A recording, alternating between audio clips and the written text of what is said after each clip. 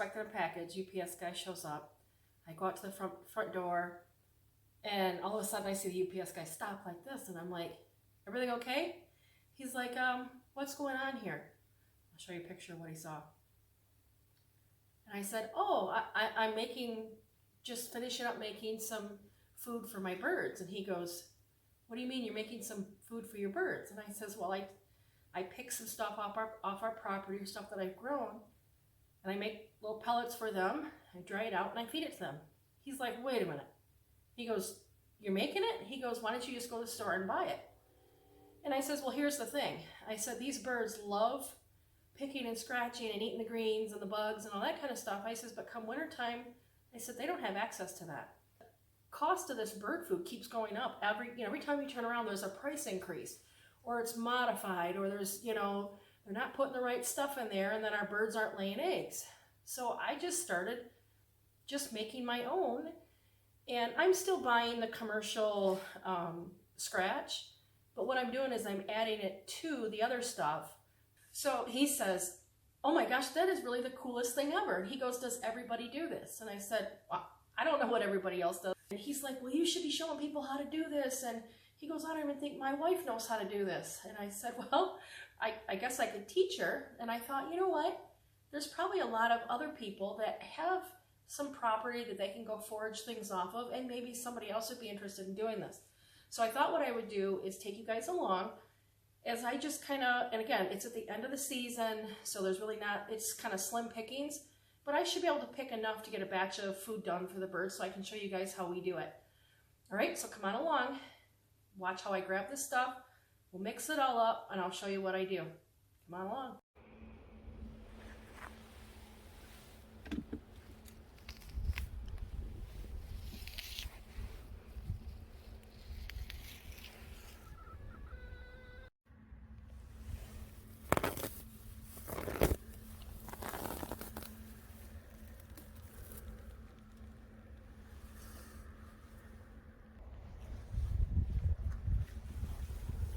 Comfrey.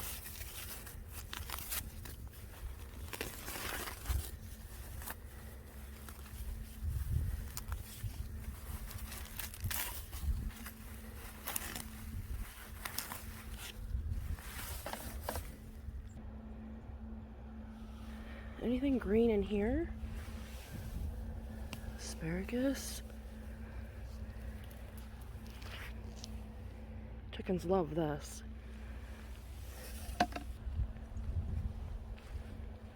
I'm not sure what these are, but the birds love them, and they have these little tiny seeds in them, so we'll grab some of them.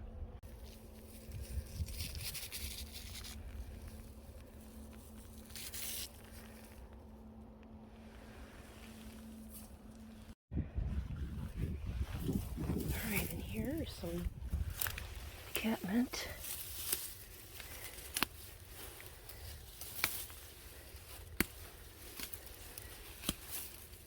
Oh, it smells so good. Even that little bit of brown in there, that's okay.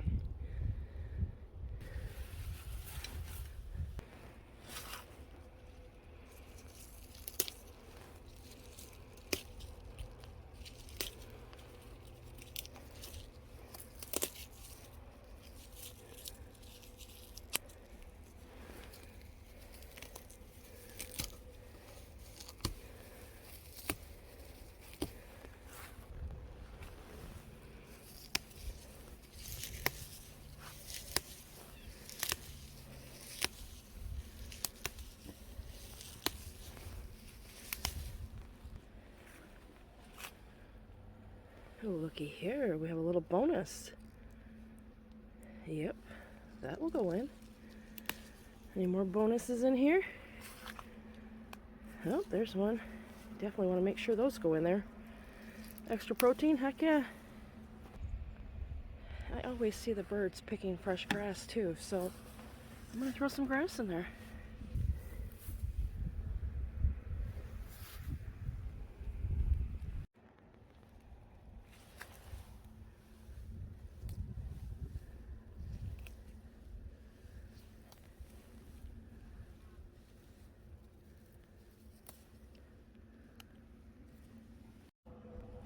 Alright, walking around, I see a mum that hasn't been killed yet by the frost. So, I know that chickens can eat this. So we're going to throw some of that into their feed too. I'm out here looking for clover, and I got busted by the ducks. They think that the bucket that I have is for them.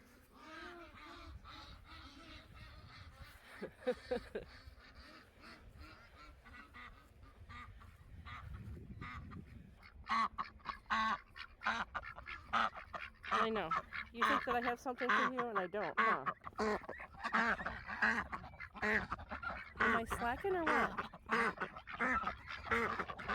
Hi. Out here, I see some more marigold seeds, so I'm going to grab those.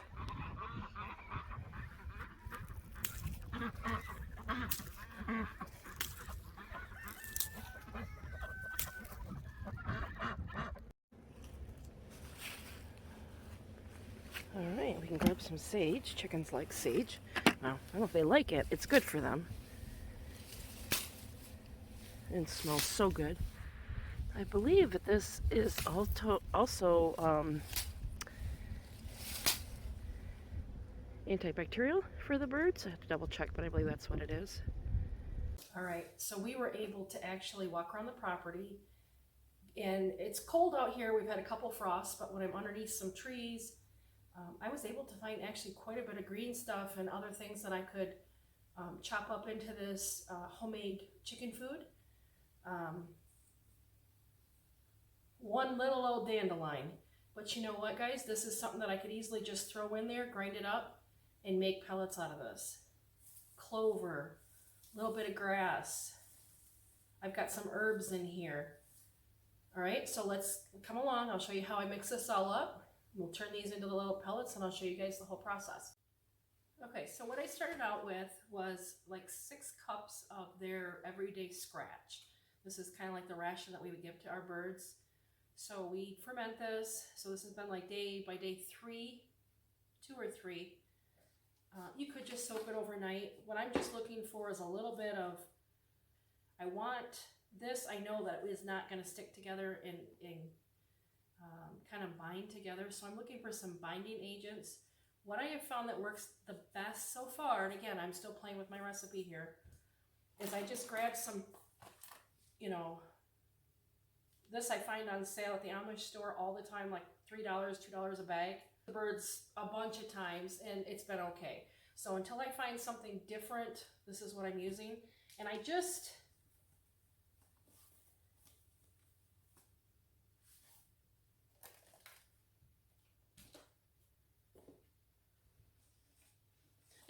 it's just a texture thing. So what I'm looking for is like a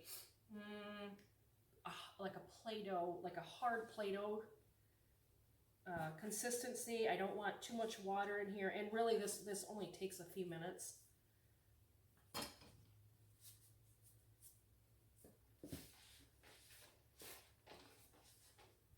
In the summertime, normally I do this outside, so it's not quite such a mess. But it's cold. It's getting cold outside. We worked out all weekend. We worked outside getting our quail hutch winterized. We did a dog kennel for them. I think we did 1, 2, 3. So 3 panels on the outside of our chicken coop so that, you know, they still have access to the fresh air outside. We tarped that in, and then on the inside, we did a bunch of like lean-to, like wooden rustic, I call them lean-tos. They're not really lean-tos. Okay, so what I'm getting here is, you see how this is starting to form like a little ball? So we're getting close. And all I want is just enough, I'm close, it's still a little bit dry. And at this point, what I do is I take some eggs and I throw the whole eggs back in there. And the eggs are kind of what I'm using also as a binder. And when I first started playing with this, I started thinking like on the lines of making pasta, so that, you know, you form the little dough pieces and then you just let it air dry. And plus they're getting the extra calcium from their eggs, and then, you know, whatever nutritional value is in the, or you get the calcium from the shells, and then you're getting the, you know, the extra protein from the eggs. So what I'm gonna do is I'm gonna crack a few eggs into here, and I'm gonna be using everything from the egg.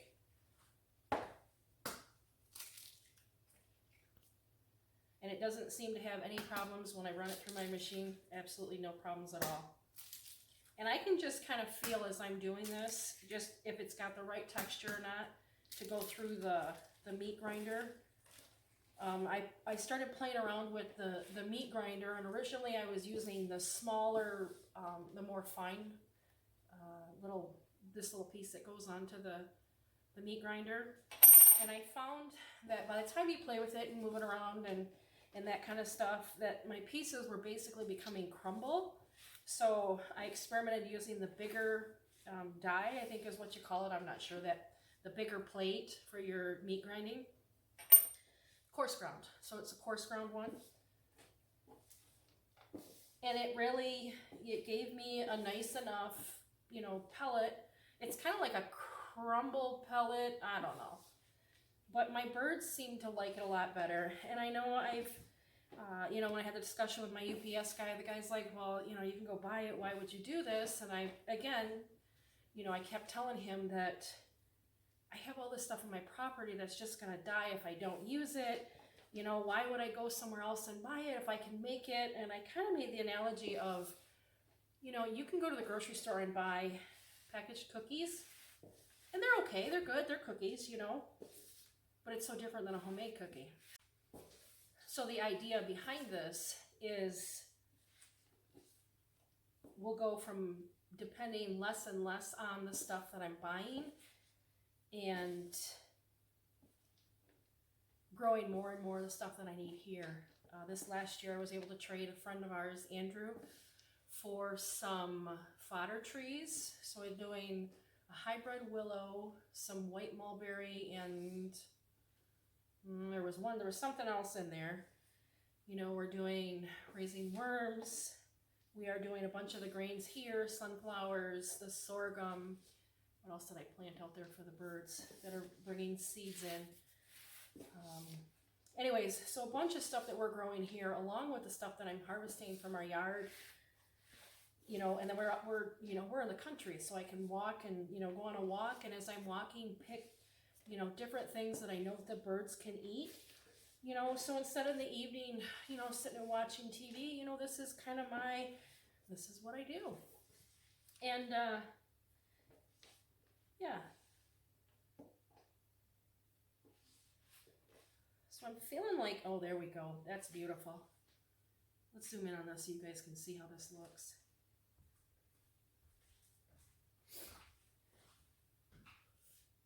Can you see how that's a nice ball like that? So that right there, I can add my grass to it, or my greens.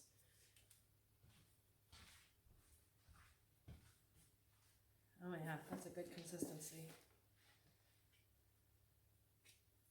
Oh yeah.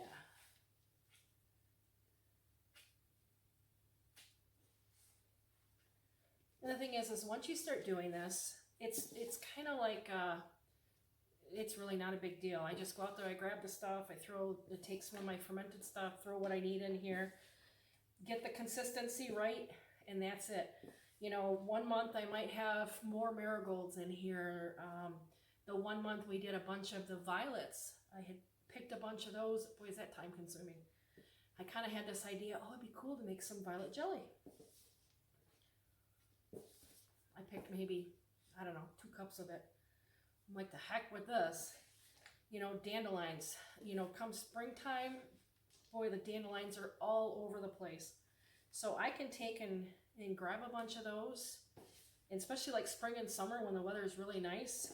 I can do this, you know, if you do this every other day or even twice a week, you know, and getting your stuff built up for wintertime, you know, I don't have to worry that my birds aren't getting fresh, or, you know, the nutritionally dense foods that they need. Last winter we got caught up with our birds not laying, and everybody I talked to, they said, oh yeah, you know, we're feeding them. We were getting the store brand stuff, and you know, the birds do slow down in the wintertime. They really do. But to go from every day to no eggs, like no eggs for probably 6 months. And then I hear that other people are doing it, you know, they're having the same issues. Heck, what is going on? So I talked to my neighbors. My neighbors are raising birds too. And she was telling me about this other Amish farm that she goes to. And so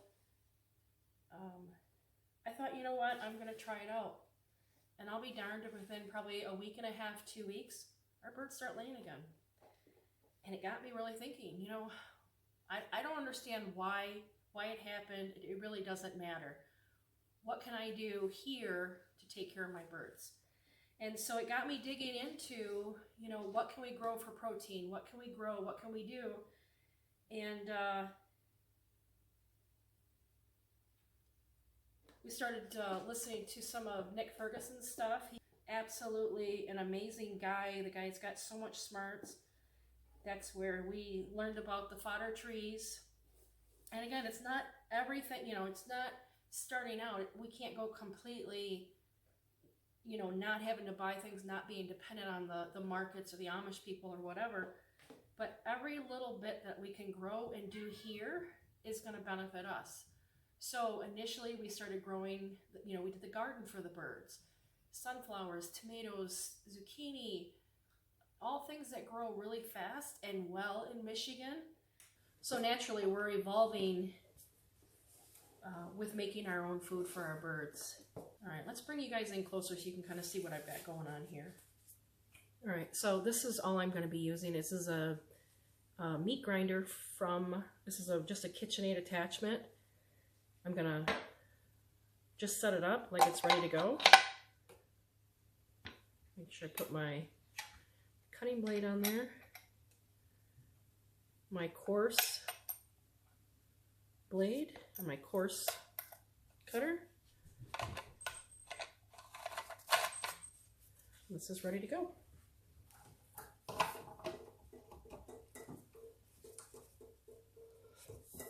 So let's get this mixed up. So you can kind of see here, that's a good consistency for running it through the machine. So what I'm going to do, I actually think I'm going to save this sorghum. This was broom corn that I was growing initially. I was going to make a homemade broom out of it, and then I got kind of distracted. Anyway, so you let this grow long, and then you take the seeds off, and this becomes a little broom. I still might do it, but I got looking at these little seeds on here, and I know that the quail love seeds and stuff like this, so I'm going to save part of this for them. But in the meantime, all I'm going to do is just strip off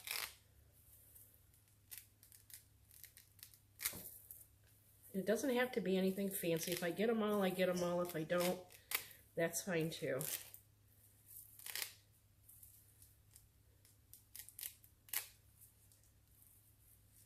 And this is something that, like in the evening, if I'm sitting out by the fire or whatever, I could, you know, just get a bunch of these off. There's actually a little tool that I use to pull them off. Just makes it a little bit easier. But we're going to do what we got to do. All right. And then what we're going to do, which I'm going to add some more to this. I'm just going to kind of show you guys what I'm doing now. So all this here, you can see I got leaves in there, I've got grass, I've got some clover, and I really don't have to do all this part of it. Typically I'll just run it through the machine, but this just makes it a little bit quicker. It's easier on the machine is what it is. And I've had somebody ask me, why don't I just take this and throw this in for the birds? And the thing is they'll eat it, but I don't know how to preserve this for the wintertime. Like if I just throw this in my bucket, I end up getting mold. So I've tried it a couple different ways, and really this seems to be the best method for me. And I've also had people say, well, you know, you've got this all mixed up like this. Why don't you just throw this out there like this? And I probably could. I don't know. But it seems to me that when we use just the crumble like this, there's so much that's left back behind that I kept telling my husband, I kept saying, man, there's got to be a different way to do this. Oh, guys, look at that. That is perfect. All right, I'm gonna add some more to this. Let's see what we got in here. Oh, look at here. Those I don't need to cut up. Those will get ground up with no problem. That's that, I don't know what they call it, that creeping, whatever it is. This is some mums, that the color that's in there, that's amazing for them. Got some violets I'll throw in there. And all of this, guys, once it's in here, there's, look at that, the kale. The kale gets eaten up, no problem. It's just sometimes that the heavier pieces of grass, anything big, like that's a big head that I pulled off, I'll just so it makes it easier on my machine. The color, you guys, is amazing. And the birds do love this. They love the kale. And actually, I've got enough kale growing that, you know, as long as it doesn't get too cold out there, kale is pretty hardy. But I don't know, it feels better giving them all this, you know, this greens. And I am drying it, but I'll tell you, when I've tried just drying like this handful of stuff like this and powdering it and giving it to them, and I just don't, I'm not getting the results that I feel like I need. And I'm seeing a lot of that, you know, sitting on the ground being wasted, and I keep saying there's got to be a better way to do this.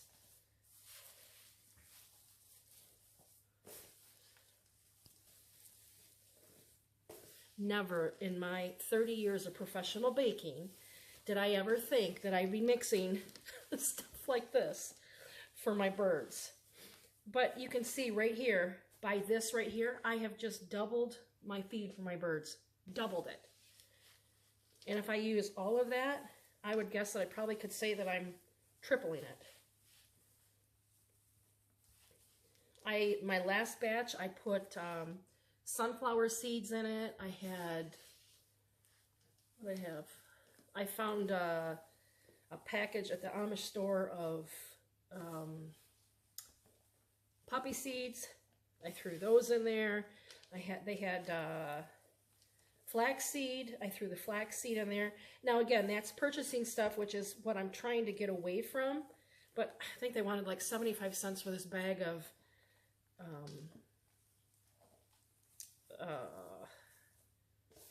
what the heck? 75 cents for flax seeds. Gosh, that almost hurt my head.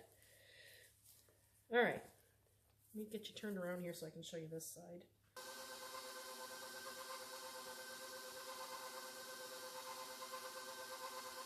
And so all I was doing here is, it was coming out of here a little bit too dry.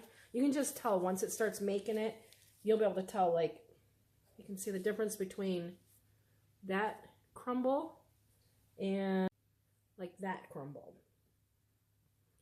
So I want more of these, so I'm just got to use a little bit less green in there. And so if it comes out too dry, then I'll just grab a little bit from down here, kind of smush it together, and I just run it back through. Like I said, once you start doing this, it's really easy. I can whip through this when I'm not recording. I can whip through this really quick.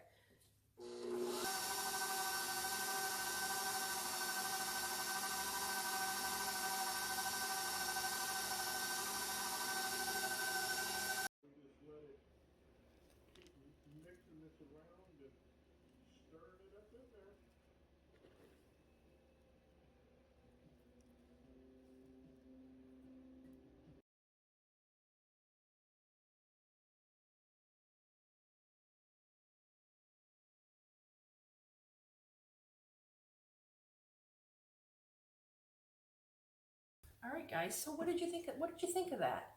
Was that not the coolest thing ever?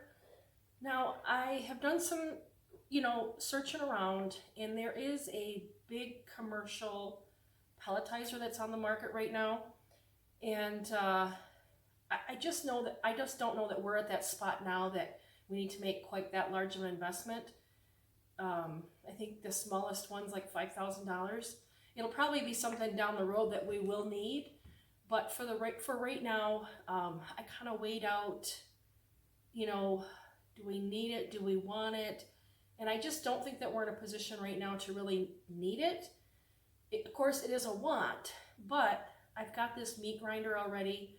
Typically, when I do this, it's the end of fall. You know, I can just leave the stuff outside on a blanket or, you know, whatever. As soon as it dries, I throw it into a 5-gallon bucket, store it in the basement.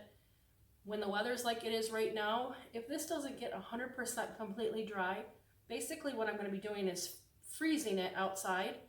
So either way, my birds are going to benefit from the things that I'm picking off of my property. So there's a couple different things. When you're using the pelletizer, I guess it's steam forced, and I guess they dry, if I read it right, and then you can just package it right up and it's ready to go. With this method that I'm using, they're not beautiful little pellets like you see like at the rabbit feed or the chicken pellets, but you know what? It's close enough for me. It does take a little bit of work, but the price reflects that. You know, I can pick up this meat grinder for, I don't even know how much they are. I've had that one forever. But the thing is I'm making my own stuff for my birds. So if I can encourage you guys to just try one recipe and see if you like it, that's all it is. It's making you more self-sufficient. Now, granted, as I keep on doing this and I keep playing with it, I am introducing different grains, trying to get it so that we are less reliant on going to the farm stands and buying the feed that's already mixed. My thing is I just want to make sure that my birds are getting all the vitamins and minerals that they need. So that's why I'm doing this. And the fact too that I think it's kind of cool that, you know, we're just over 5 acres, to be able to say that I can make my own bird food, that's kind of pretty cool. Now, if I had a couple hundred birds, I don't know that I could keep up with that. But in the meantime, it's kind of fun, it's kind of cool, it's a little bit different, but I'm doing it. I'm not relying on somebody else to making sure that my birds have food. All right, guys, so until next time, keep on baking, keep on cooking, keep on making bird food for your birds. Keep on keeping on.